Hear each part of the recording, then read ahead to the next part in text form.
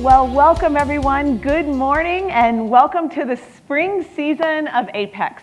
My name is Lynn Vartan and I'm the curator of this series, and on behalf of myself and my team, I'd like to welcome you to 2020 with A.P.E.X.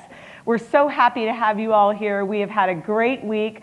I'd like to say thank you to all of the professors who are supporting this event and have helped out with class visits and have your classes here today. Welcome to you and thank you, and welcome to the students here today. For those of you who are new to A.P.E.X, it's a weekly lecture series, event series, a bit like TED Talks. And each week is a totally different topic. The idea is to expose you to just incredible people from all over the world who are doing incredible things in just about every topic you can imagine. So that's what A.P.E.X is about, and I just wanted to say a quick welcome for the spring semester since this is our first event. Please feel free to take a postcard or bookmark so that you really can keep up with everything that we're doing. To introduce our guest this morning, I have our wonderful Dean of our Humanities College, and I'd like to bring her to the stage now. Please welcome Dean Jean Boreen.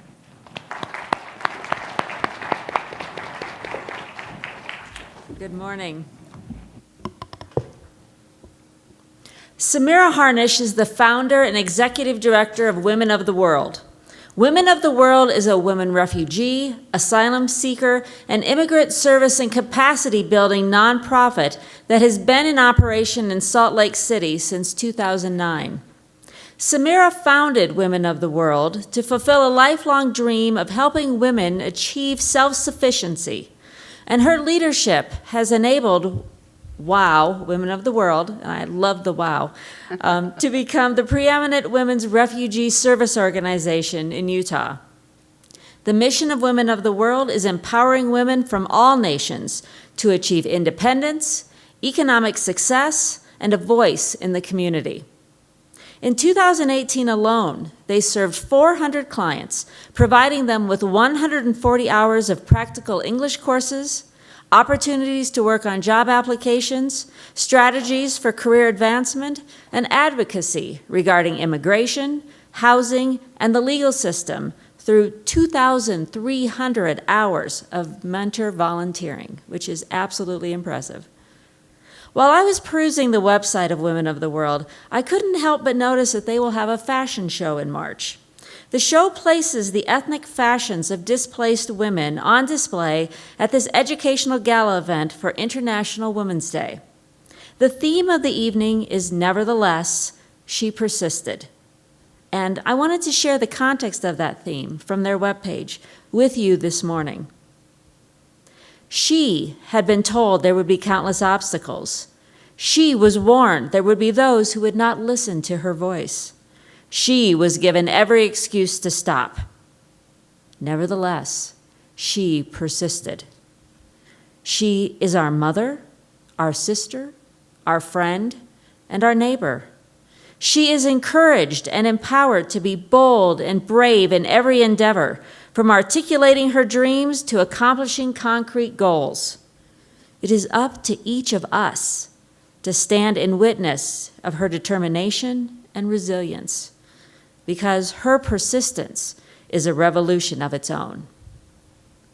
Samira has received local, national, and international recognition for her service leadership, including the Enlightened 50 Award from the Utah Community Foundation, the 2014 Salt Lake Human Rights Award, the 2016 Ruby Award from the Seroptimists of Utah, and the 2017 Emerald Award for Excellence in Civic Engagement. In 2018, she was awarded America's Region Nansen Award from the United Nations High Commission on Refugees. In April 2019, she was awarded the American Red Cross Hero for extraordinary heroic act of global citizenship. I am so very honored to introduce to you Samira Harnish.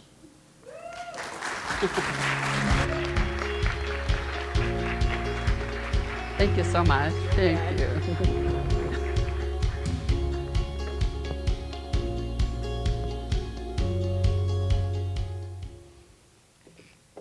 Thank you so much for your introduction. Good morning. Namaste. Bonjour. Sabah al-khair. Assalamu alaikum. So my name is Samira Harnish. I'm the founder and executive director of Women of the World, a nonprofit organization that based in Salt Lake City. We assist forcibly displaced women and girls to move from survivor to an active citizen. For Tuesday and Wednesday, I've been going from class to class and meeting amazing students. And many of them, they ask me, why you start Women of the World? So today, I wanted to tell you first why I started Women of the World and dedicated myself to help displaced women. There are many reasons, of course. When I was a girl in Iraq, young girl, I noticed my brothers, they had the great opportunities, but not my sister and I. I experienced inequality when one of my most important decisions, who to marry, was taken away from me. I was in arranged marriage in my teens, forced to follow a man that I just met to a place, Logan, Utah, I did not know. It wasn't easy to find me someone that I could trust and tell my story and to be friends with. Because when I came in, it was in 1979 when American hostages were in Iran, and everyone thought I'm Iranian. So I pushed away many times until everyone shouted at me to go back home Iranian. That did not stop me to study and take my little girl with me to the class because I couldn't afford babysitter. You see, the international student, we have to pay twice more tuition than American student. I studied hard. I got my engineering degree. I worked in the largest semiconductor in the United States. And even as a senior research and development engineer, I saw more gender bias. Lastly, I felt that I wasn't with my family for the last 40 years of war and crisis. So when the Iraqi refugee started to come to Utah between 2007 and 2009, I thought this is a great opportunity to go and help those refugees in there and helping other women from different countries. So all of my experiences as a woman, immigrant, professional, and the needs of forcibly displaced women from all over the world caused me to start Women of the World.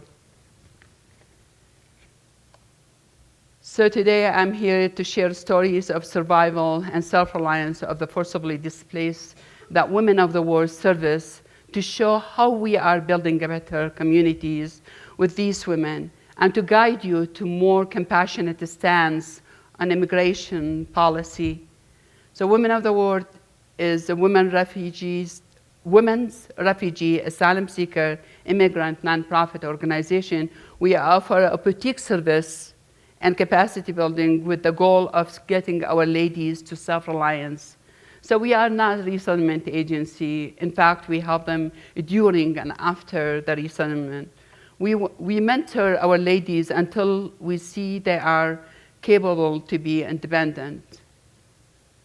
Building trust, it takes time. It is a gradual process that will not always be easy and that advances differently for each woman. After suffering the worst in humanity, our ladies take a long time before trusting someone. The progress of regaining trust is slow unless you have someone to turn to, someone to listen. So at Women of the World, we listen patiently. When our ladies come with their problems, That's when they trust us, listen to our advice, and attend our programs. So our 3 programs that lead to the self-reliance are customized service advocacy and capacity building, economic empowerment, and community development. In our customized service program, we advocate for our ladies through their immigration, housing, and health issues. Our economic empowerment program helps women to get education, employment, or to start their own business. We help women move from just a job to a career. Our community development program offers a safe space where our ladies can develop a social safety net, network with other women, and learn English. Mothers lose the ability to parent if their children share a secret language from the English classes in school. So we help them to learn, to regain their voice in the family and in the community. Families are taught about America, about their right, about their gang and domestic violence. I'd like to share with you a brief story of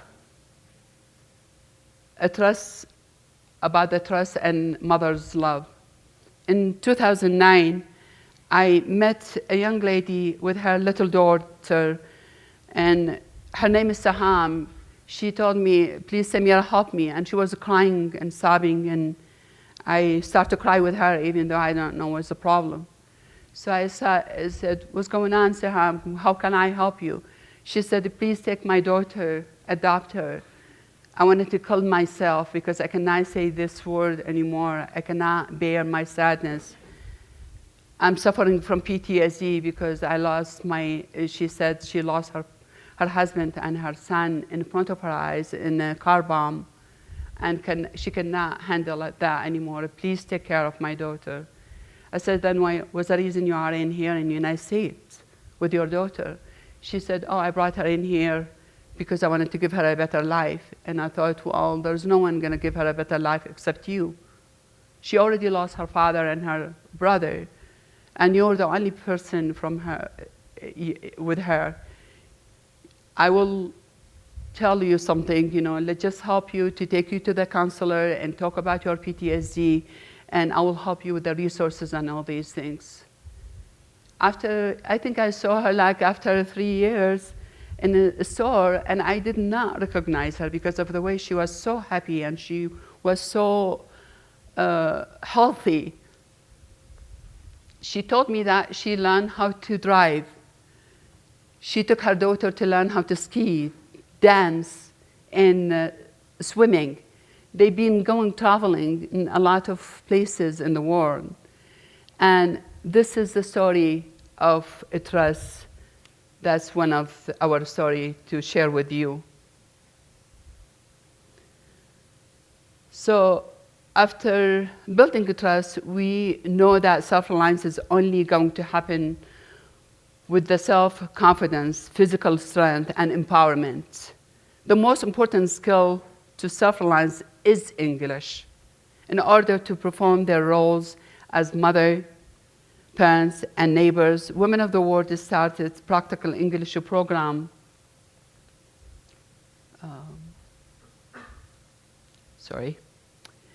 So the English is the most important pillar for the refugee women. Without it, they are lost, anxious, and worried. They learn how to fill forms, how to use public transportation, and how to communicate with their kids in school. Let me test your confidence. All you have to do, tell me the main concept from the next 3 sentences I'm going to say. This is a work I'm going to give to you, so listen carefully. تخيل تعلم لغة جديدة مع تعلم وظيفة جديدة بينما شاهدت المدارس الجديدة لأطفالك. هل تعتقد أنك يمكن أن تبدأ من جديد وتحافظ على عائلتك والشعور بنفسك؟ Who's going to tell me what's the concept of these sentences? Did you get lost? Are you anxious? Can someone tell me something in here? No? Okay. So all I said, imagine learning a new language while also learning a new job, while juggling a new school for your kids. Do you think you could start over and maintain your family and sense of yourself? In this picture, we always give a certificate for the women that reach to their goals. It will motivate the other women that are sitting in there watching them take these certificates. It's free for the public. Every December we do that, and the end of the year and we invite a lot of people to come over there. The food from different countries being served. Just like I said, it's free because I want Americans to know their new neighbors, how they are working hard to reach to their goals. They're not taking our taxes. And they always say, we have enough homeless, take them away. So this is education not for only women to motivate them. Our new neighbors is for the American as well to come over there and learn these things from this event. I will say, the first year I gave 2 certificates, and last December I gave 10 times more. In this picture, I have a wonderful lady. Her name is Cecilia. She is from Congo. We helped Cecilia to get a job, and she turned it to a career. By helping Cecilia, she was able to better support all her 6 children. She's a single mother. The oldest daughter there, she worked hard, and she's now in the college. And we recently awarded her a displaced women's scholarship. They are both improving the community by growing their responsibility of their family.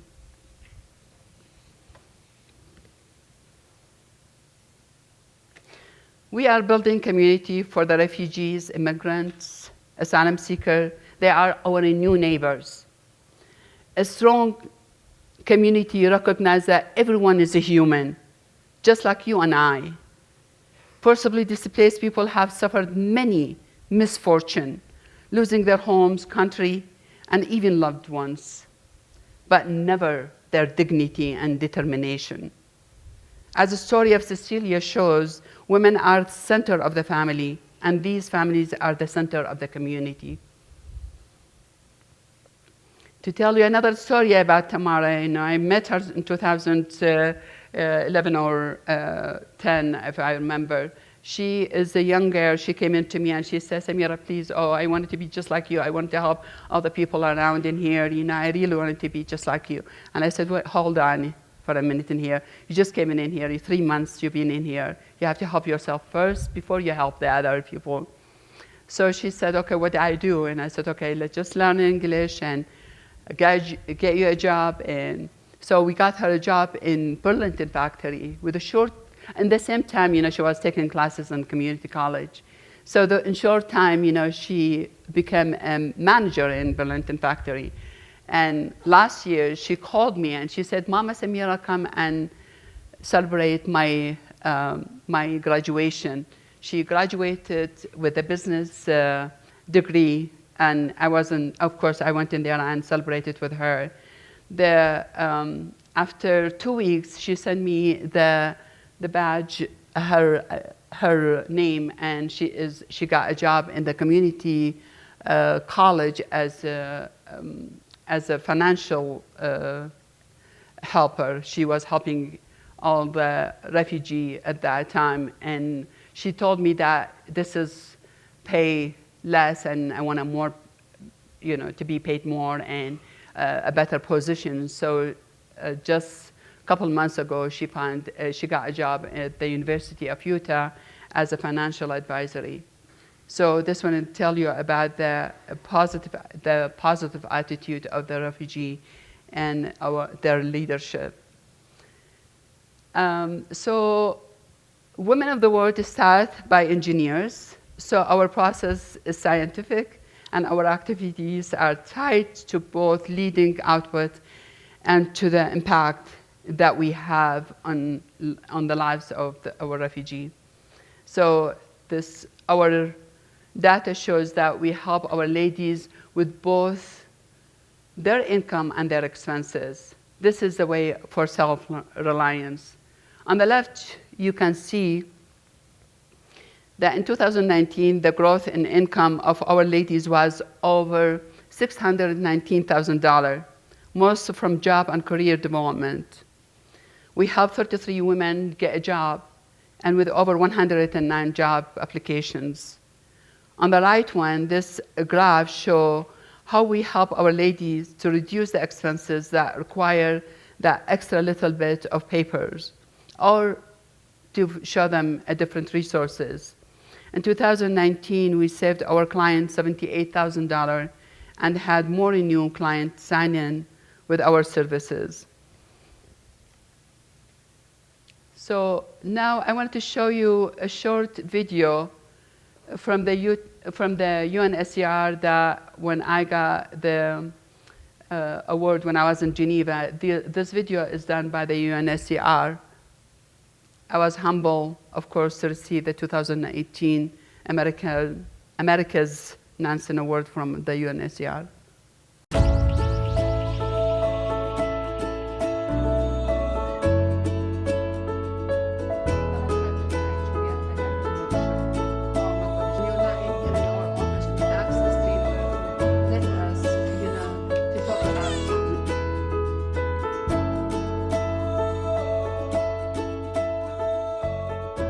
Every woman that I like, my mom, my sister, my aunt, I see myself in them.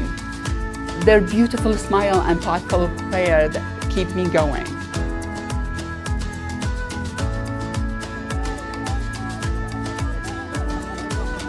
Samira, she's the angel from the God to come to support our as refugees.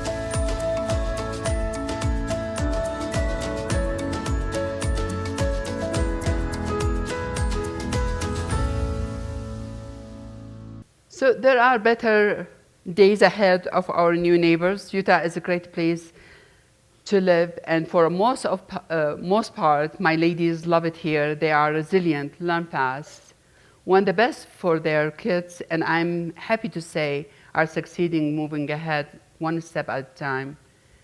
Our new neighbors can accomplish great things because of who they are and what they have been through. The key of their success will not be from balancing the two cultures, but to blend them the best of both, the best of both. I hope I gave you an understanding of the journey of the displaced people, so you will be better able to welcome them into our community and offer your friendship and support.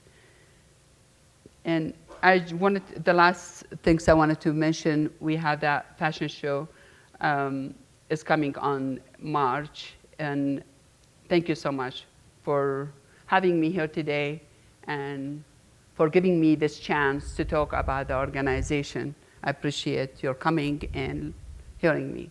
Thank you. All right, let's have a seat. Sure.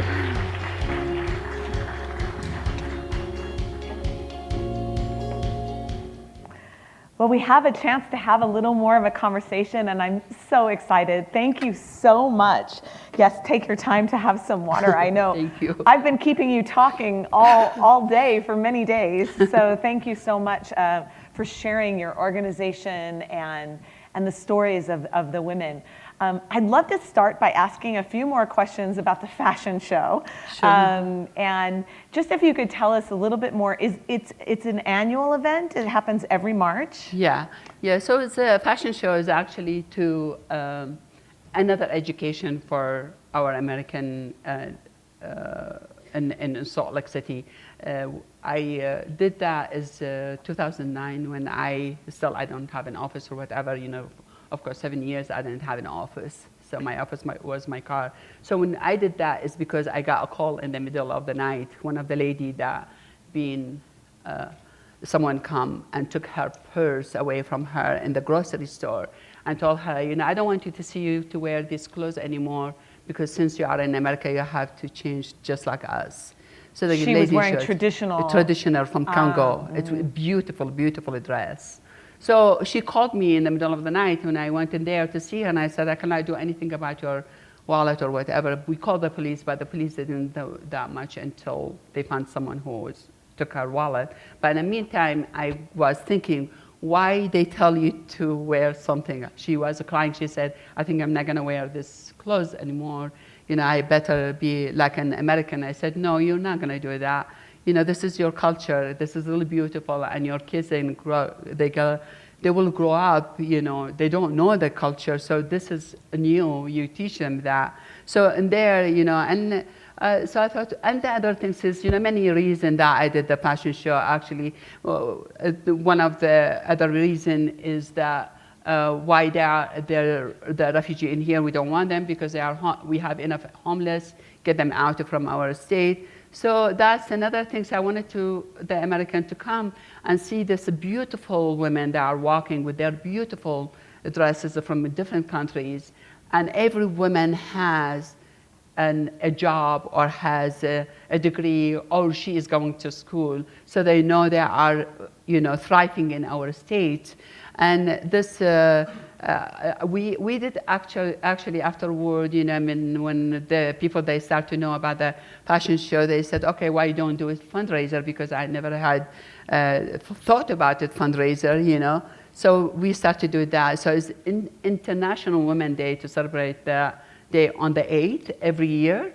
But I don't want to do it on the 8th because a lot of things is going on. So I do it in a different day that I could get a lot of people to come to to the fashion show and meet those ladies and interact with them. And yeah.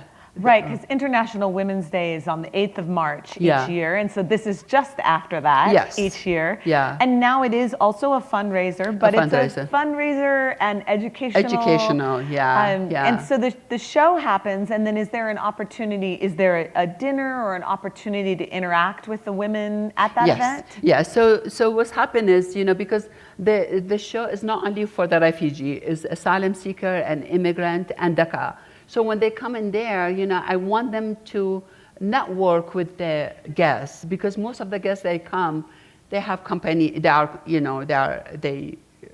a job, what they call it, they have firm, or they have companies, they work in it, and they have money they wanted to give for scholarship and all these things. So when they network with them, they know them better. And last year, actually, I'm very proud to say we have 2 international students and 1 asylum seeker. They got a scholarship from those network with the other ladies, So we have dinner, we have music, we have, and of course, the ladies, when they come, we say something about them, who are those women, yeah. So you get to know the stories a little bit, and is it world music and world international music? It has cuisine? to be world Yes. music. It has to be. That's not fair. It's going to be one, of course, world. And then is it international cuisine as well? Yes, oh, yes, great. yes. And this year is going to be Indian. It's been from the restaurant, actually, the Saffron Valley. They will sponsor that. And so it's a great networking opportunity for everyone, involved. So if people want to find out more, I'm sure the information is all on the website. Yes, yeah. And we should clarify that the website is womenofworld.com. .org. Okay, womenofworld.org to find out more. Great. So there's no the in there. There's no the in the women of the world. Right. Exactly. So womenofworld.org. Okay. Yeah. But this organization now has become, you are an award winner, the organization is an award winner, but it started a bit humbly. You were mentioning the humble beginnings of your office. Yeah. It was your car, is that right? Yes. So for many years. So 7 years actually, For 7 years I have a pilot Honda Pilot. I have a lot of mileage on it, and still I don't want to get rid of it. A lot of people, they said, it's really old, go and get something. And I said, no, this is my office, my first office. I will never give up that. I will change the engine, it's okay. I have like a 300,000 miles. Wow. Yeah. So yes, when I did that, is actually a lot of people, they said, you don't want to give up, you know, especially the nonprofit organization, they've been in there, you know, before me. They said, come on, give up, Samira, because you don't have an office and you do that. I said, no, I didn't start it because I want an office. I started this because I want to help women that they need help. And the women actually, they used to tell me too. They said, oh, you're driving in the snow, taking us here and there. I wish I have money, you know, to give you for your service. And I said, yeah, you're gonna pay me back by paying forward. So this is the way I educate them. What's the meaning of the pay forward? Because they don't have that in their culture or in their country and all these things. So yeah, I remember, you know, Governor Herbert, when I wasn't there, you know, invited to speak, and he said, so I really wanted to come to your office and see your, you know, how it works and all these things. And I said, my office is parked in your parking. It's in your parking lot, right? Yeah. My office is in your parking lot. Yeah. That's great. Well, I'm sure a lot of people want to know, I mean, that it's just such an inspirational story that you just started by helping one person at a time. So if any students in our audience are looking to get involved, start an organization, these kinds of things, what advice do you have for young people who might want to get involved in service in the way that you did? Well, I mean, one of the things is, you know, actually the service I done before I start Women of the World, you know, since I came into America, I never had something is in back home, we do volunteering. We don't have that things, you know. So when I came to America, I heard about volunteering, and I thought, oh yeah, this is great. I'm gonna volunteer in my kids' school.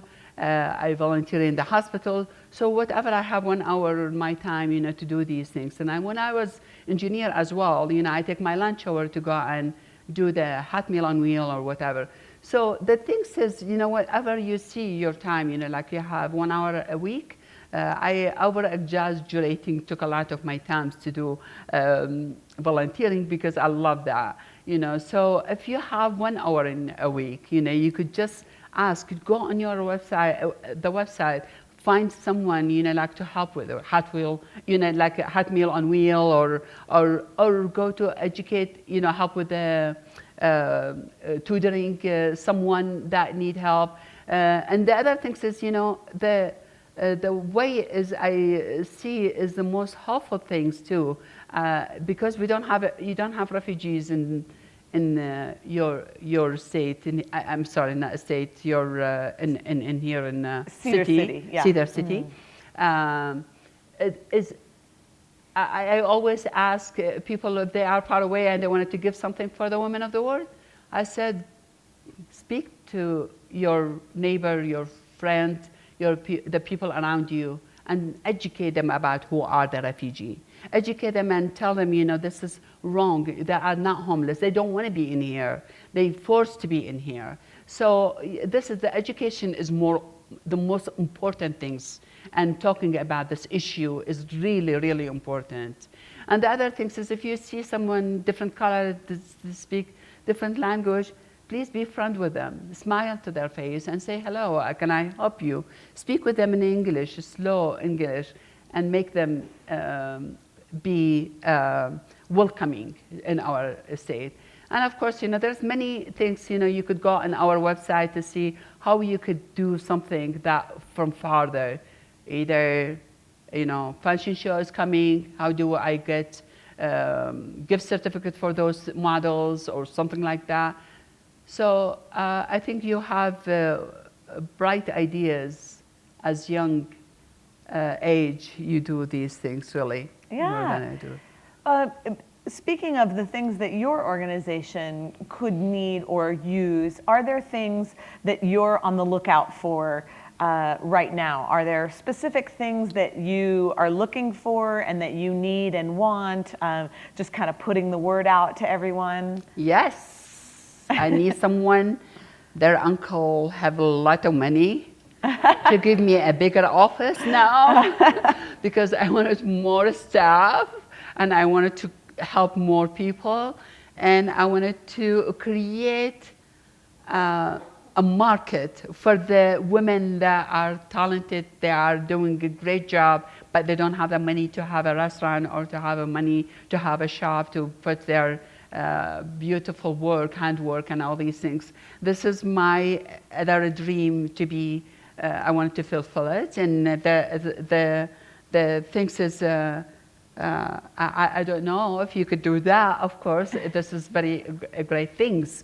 And the other things is, you know, I tell a lot of students when they said what you need right now. We are always in need for bus passes, gas gift certificate, Walmart gift certificates. When you go, I think we have it now is on our website. I don't want to take any used or new clothes or shoes or whatever. It's because it happened many times. We bring them, they don't fit or they're not the color. And I don't want it to give the women use something, you know, because I mean, just like I said, they lost everything, but they're not dignity. And I want them to be happy. You know, they want to throw a lot, so I'd rather to give them a gift certificate and they go out and shop by themselves and get them what they want. And our office is small too, and we cannot get all these furniture or whatever being donated, so we don't take that. We just take a gift certificate for that. I see. Yeah. What is your dream for the future of the organization? Oh. Would you like to see it a national thing? I mean, what are the next steps? Yeah, I really do want it to have it national and international. There's many of young ladies that they are, we serve, they always say, when I'm done, I'm going to go to Burkina Faso or to go to Somalia or go to Afghanistan and educate the women in there as well and help them what we have in program. I love that, and especially when I was in UNHCR, in Geneva and UNHCR, we have like a big, huge room that we have thousands and thousands of people coming from a different country at that celebration. And that's what they asked me, can you bring women of the world in there? So of course, this is what we are thinking about, that to do training for the people that they wanted to open it in California, New York, or wherever they want to do that. They come and train in there, and they could have a sister of women of the world somewhere in there. And the other things, just like I mentioned before when I said I want a women of the world market, this is a big things if it happen, you know, because we want to have that market is like one kitchen and one art studio and something is like one piece of every woman to come and share that space and get the money to help her family and her kids. And after that, you know, of course, she will say, okay, I'm done. I'm ready to open my own restaurant and buy a restaurant or whatever, so the other women will come and take that space. So this is my dream. And this market actually, when I was talking to some people about it, the case manager, she was working with me, she was from New York, and she said, we have that market in New York, and they call it Woody, and there's a lot of people that come from a different place, they come to this market. Yeah. So the idea, an immediate goal is kind of a world market where you can have food and handy arts and clothing arts and all different kinds of things that these women are making, and then people can purchase them and all of that. That sounds amazing. Yeah. Great. And I hope it will, maybe one of you in here is gonna call me and tell me, hey, I have an uncle in there, he's gonna help you. So Yeah, project managers out there. Yes. That's great. Well, one thing that I think that has come up in some of the classes as we've been talking over the week is perhaps a lack of clarity of the process of a refugee from the point at their home country to the point that they come here. I think there are some misconceptions about what a refugee is. What were they in their home country, and can you talk a little bit about that, about who the refugees are and were in their own country, and then the process, you know, how do they, the registering and the camp and then getting to here. Can you talk a little bit about what that process actually is? Yeah, sure. So I will give you a story of one of the women. She was in Iraq, and she was at that time a surgeon, a doctor, and her husband was a doctor as well, and they have 3 kids. So when the war was in Iraq in 2003, the house has been bombed and everything, and of course she was worried about her 3 kids, and she right away said, okay, I'm gonna go ahead and move right away. And she knows someone in Jordan. So the places that in Iraq, let's say, there is Jordan, Syria, and Turkey, so they wanted to run and go to these places. Some of these places, they don't accept them, you know, if they don't have someone to know. So there is a camp, a refugee camp between Iraq and these places on the border of these countries. So either they stay in the camp or they go to Jordan, whatever it is. When they go in there, there is a United Nations that they will meet them and tell them, or come and look at whoever is in the camp, why you're in here, why you came in here. They will say, okay, well, I lost my house and I came in there. Like the Iraqi, when they get out, you know, they wanted to know if this person approached Saddam Hussein, because they don't want it to be happening this way. So they have to know that person is true. They lost their house, so they do a background check a month to 2 months to see for sure running away from this war and what's happened to their house. So after that, you know, of course, it's going to be, okay, yeah, we saw that everything what you said is right. They give them a card that says refugee. So in that refugee camp, there's a lot of embassies. I don't call them embassies. It's like offices like the embassies, and they are from different countries. They are in there. So the family, they go and they sign their name on these for offices to see where they're going to get to go. And after that, of course, you know, when they get to come to America, America is not going to tell them, yes, come and bring them in here. No, again, America, they have to do the United Nations in New York. They will ask about all these background check as well. They check not only background check, they check about if the person has any kind of diseases too. So when they come you see them in the airport, they have this bag, it says IOM, International Office something of Migration. I think this is where it goes. And in their bag, it has all these papers, that their doctor report, their background check, and all these things. So it does not take overnight to come to America. It takes like at least, you know, people that are waiting for 2, 3, 7 years, you know, so until they come in here. I have people that are coming from Burma and from Nepal. They've been in their camp for more than 30 years. Wow. They're born in there. So this is not easy to come inside, you know. But I wanted to add the different, when you heard about the refugee, they went by the boat and they went to like to Europe and Holland and all these places, and to Greece. So they have to stay in there.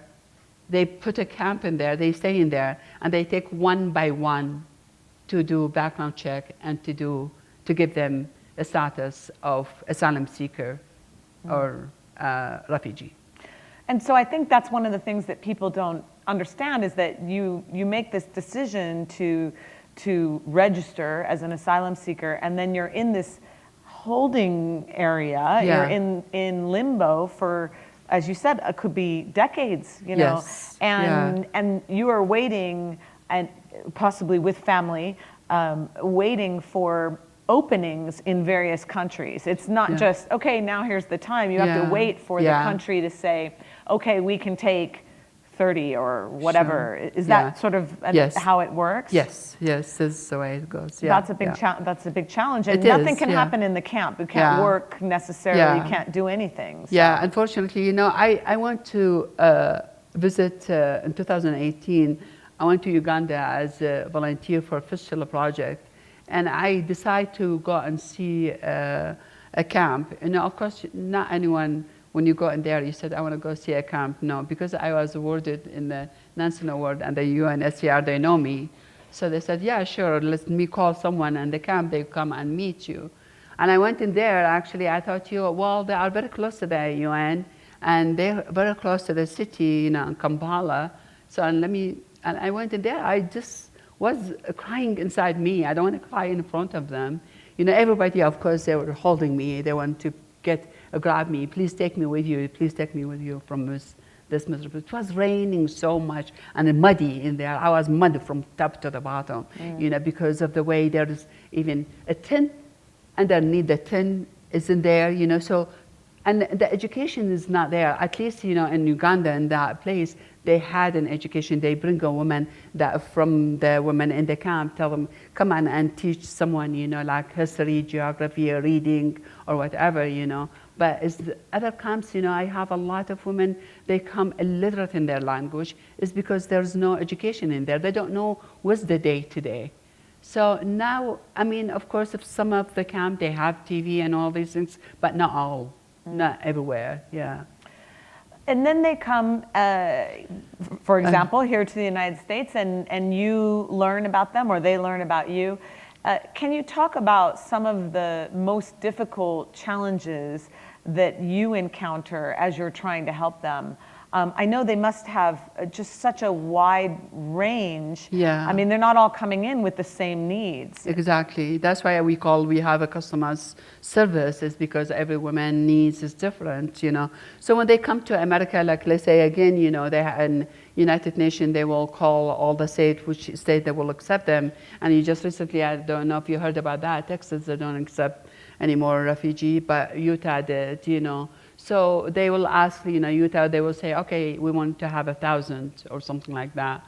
So when they come over, you know, we have two resettlement agencies in Salt Lake, IRC, CCS. IRC is International Rescue Committee, and CCS is Catholic Community Service. So they get them, of course, bring them from the bring them from the airport, and they have their apartments is ready, or anything is like a hotel or whatever, and they stay in there.